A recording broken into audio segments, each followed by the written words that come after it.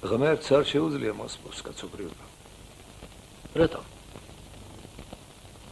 ადამიანმა აღმოაჩინა ღმერთი და იმ დღიდან ღმერთი გახდა ღმერთი. იმ დღიდან არსებობს იგი კაცობრიობის შეგნებაში. იმ დღიდან განივთდა იგი ადამიანში და რომ მოსწოს ახლა კაცობრიობა, თავადაც შეწყვეტს არსებობას. ვერ გავიგე ბატონო ისიდორე. კი, მაგრამ ხომ მოსპო ერთხელ ღმერთმა კაცობრიობა? როდის? აბა, წარღვნა რაღა იყო? წარღვნა ბლეფი იყო. როგორ? წარღვნა მაშინ იქნებოდა დამკითხვის დღე ნოეც რომ ზედ მიეყოლებინა, მაგრამ ღმერთს ნოე არ ადარდებდა. ამით მარწმენა გადაარჩინა. არ ბრძანდებით მართალია ბატონო ისიდორე.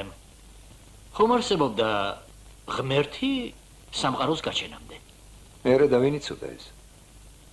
მხოლოდ მან, თვითონ ღმერთმა და მეტმა არავინ.